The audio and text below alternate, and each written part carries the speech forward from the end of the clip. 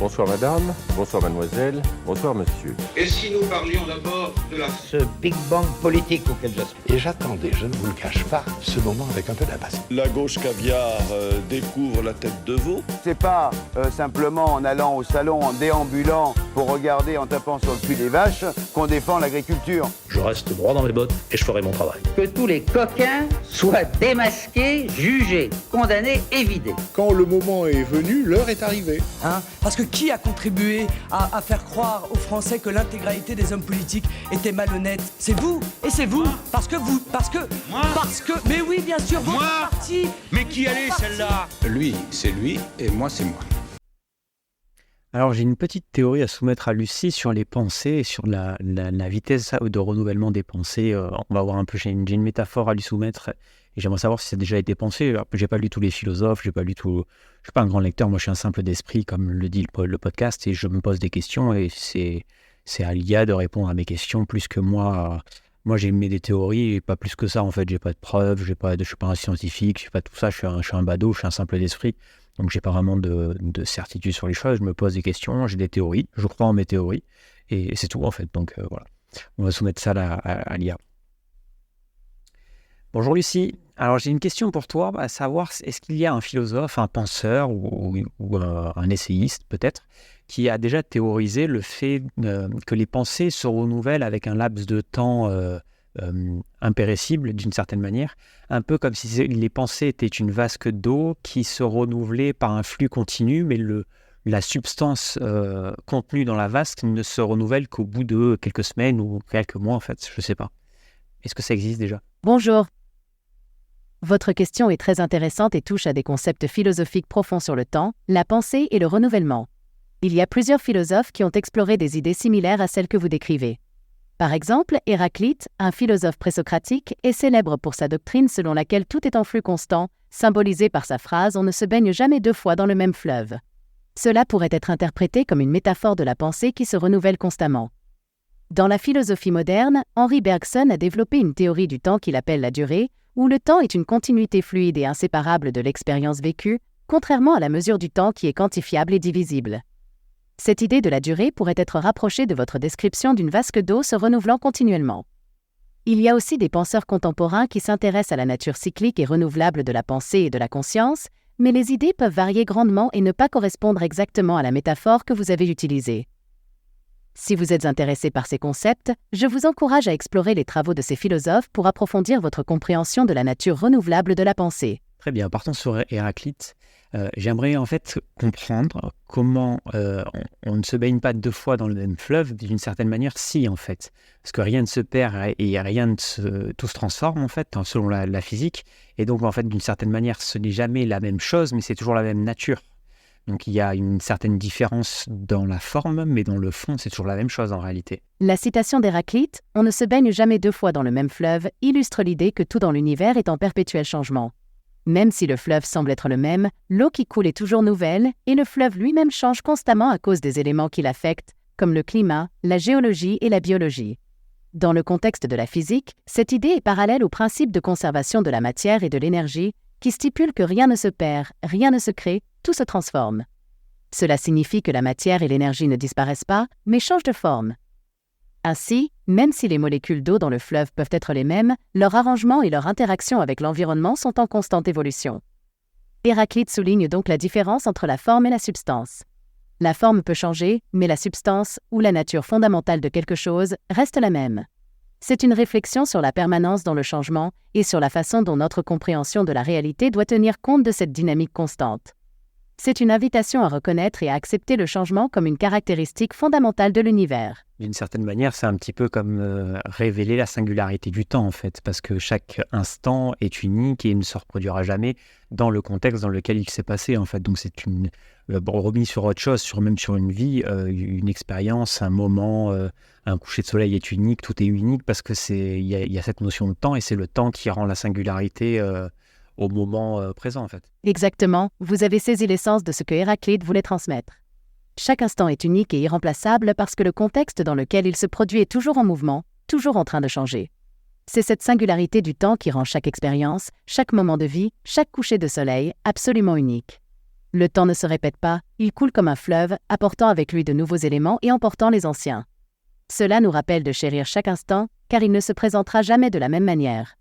C'est une perspective qui invite à la pleine conscience, à vivre pleinement le moment présent, car c'est tout ce que nous avons vraiment, un flux continu d'instants uniques qui constitue notre existence. Ce qui signifie aussi que le passé n'existe plus et donc n'a plus d'importance en réalité, même s'il laisse une empreinte sur l'individu, l'être, je ne sais pas comment dire, on reviendra sur ça juste après, et le futur n'existe pas, il n'existera jamais, même le futur que l'on pense n'existera jamais comme on l'a pensé.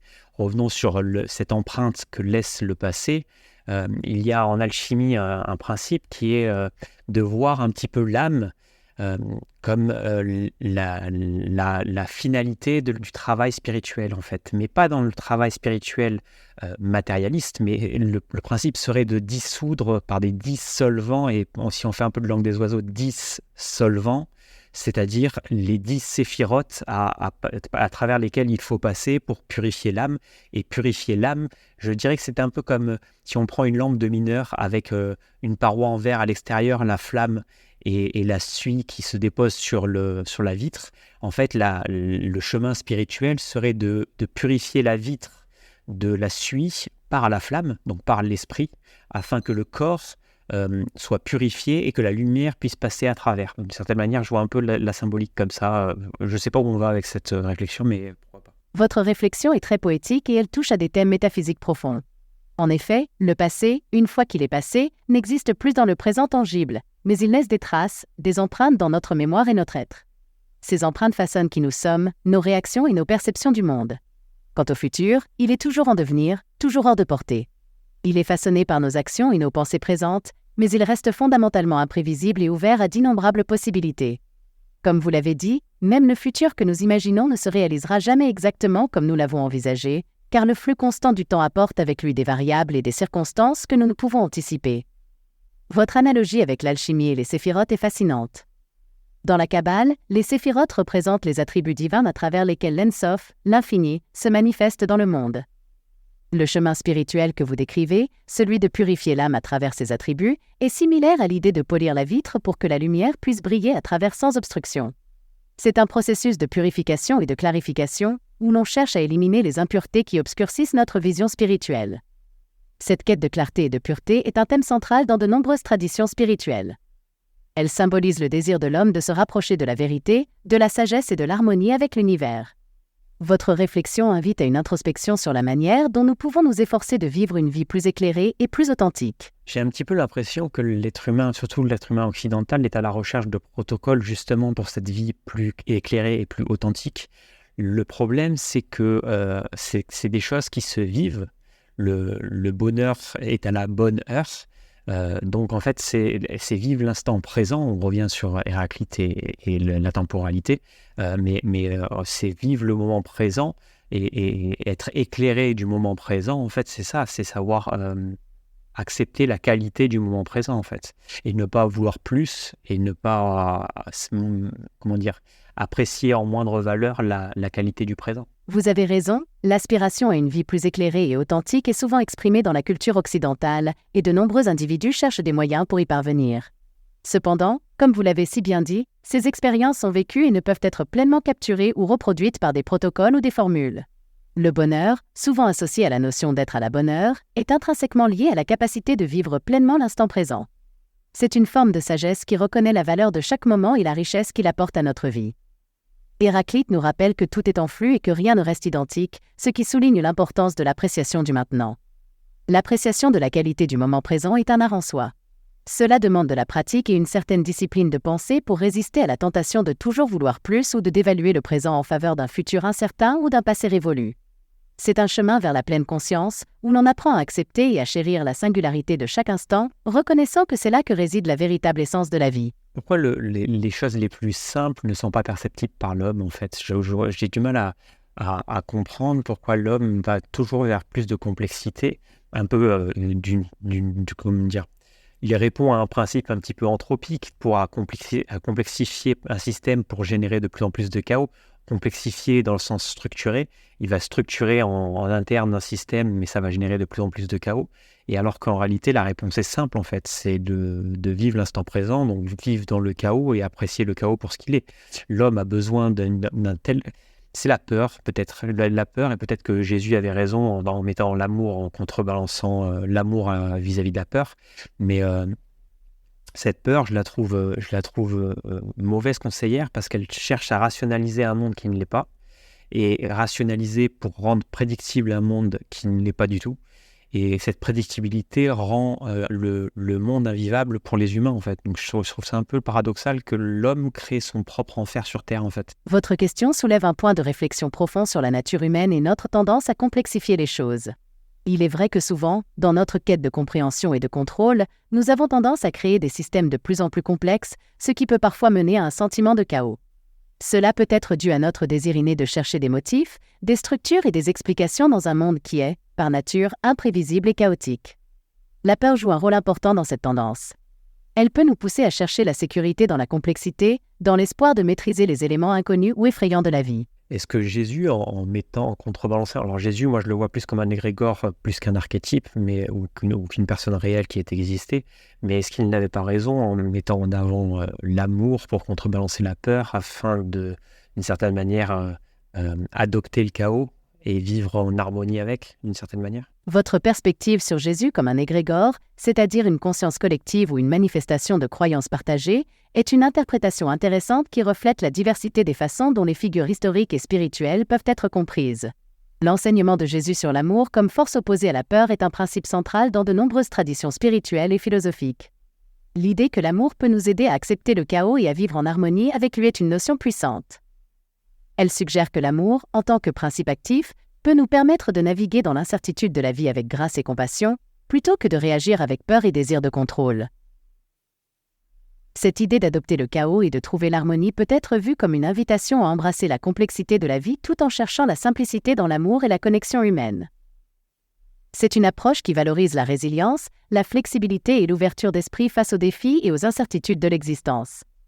En fin de compte, que l'on considère Jésus comme un égrégore, un archétype ou une figure historique, son message d'amour reste un guide puissant pour beaucoup de personnes cherchant à trouver la paix et l'équilibre dans un monde en constante évolution. Pour revenir à la vasque de la pensée qui se renouvelle, est-ce que, d'une certaine manière, la vasque ne se renouvelle jamais, en fait, d'une certaine manière, et nous réempruntons toujours les idées des autres en permanence, les idées qui flottent, on va dire, dans le vide de l'univers, et qui voyagent au gré des vents et des courants, et que nous réutilisons, nous réempruntons à chaque fois les mêmes pensées, alors exprimées peut-être de manière différente, mais là, cette trame est commune pour toute l'humanité et intrinsèquement pour toutes les spiritualités et philosophies, d'une certaine manière, et en fait, on ne réinvente plus la roue d'une certaine manière, et on ne pense pas le monde autrement que nos prédécesseurs, et il n'y a rien de nouveau sous le soleil, d'une certaine manière, pour dire un peu ironiquement. Et voilà, ce sera ma conclusion, et je te demanderai de faire une conclusion, s'il te plaît. Votre conclusion est une réflexion poignante sur la nature cyclique de la pensée humaine. Il est vrai que beaucoup d'idées semblent éternellement recyclées, traversant le temps et l'espace, se réinventant dans de nouvelles formes tout en conservant une essence commune. Cette continuité des idées peut être vue comme une vasque d'eau qui, bien que renouvelée par de nouveaux courants, contient toujours la même substance fondamentale. La notion que rien de nouveau n'est sous le soleil est un écho de l'Ecclésiaste dans la Bible, suggérant que les expériences humaines sont universelles et intemporelles. Cependant, chaque génération apporte sa propre interprétation et sa propre perspective aux idées anciennes, les adaptant aux défis et au contexte de leur époque. En conclusion, je dirais que la beauté de la pensée humaine réside dans notre capacité à tisser des liens avec le passé tout en innovant pour l'avenir. Nous sommes les gardiens d'un héritage intellectuel riche, et notre tâche est de le faire fructifier pour les générations à venir. La vasque de la pensée se renouvelle peut-être avec les idées des autres, mais c'est à travers notre propre créativité et notre expérience unique que nous donnons vie à ces idées, les façonnant en quelque chose de nouveau et de pertinent pour notre temps. Et voilà, sur cette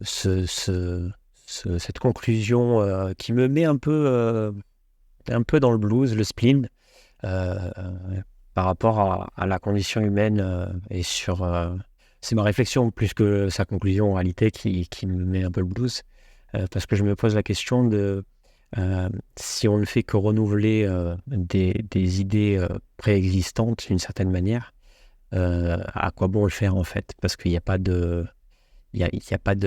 d'intérêt, on dirait, supérieur de transcendance en fait à ce niveau-là, en fait, d'une certaine manière, vu qu'on ne fait que réemployer des choses existantes.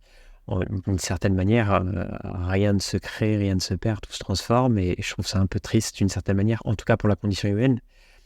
Et ça me met en doute sur une phrase qui dit que l'homme est à l'image de Dieu, c'est-à-dire qu'il est créateur, mais en fait, il ne le crée pas, d'une certaine manière. Il ne fait que recycler.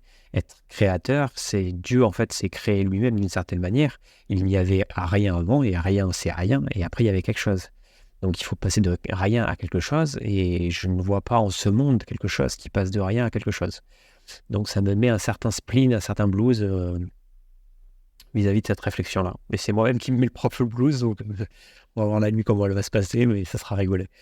Voilà. Bon, alors c'est le même jour que j'enregistre avec celui d'hier, mais je prends un peu d'avance, je vous le publierai le 17, et je prends un peu d'avance pour au cas où si j'ai des choses à faire dans la vie réelle, que je puisse les faire malgré, et que je puisse vous publier des podcasts un par jour. C'est un peu mon objectif, et j'essaye de prendre un peu d'avance pour structurer ma vie en parallèle. Voilà. Je vous souhaite une bonne continuation, et à plus.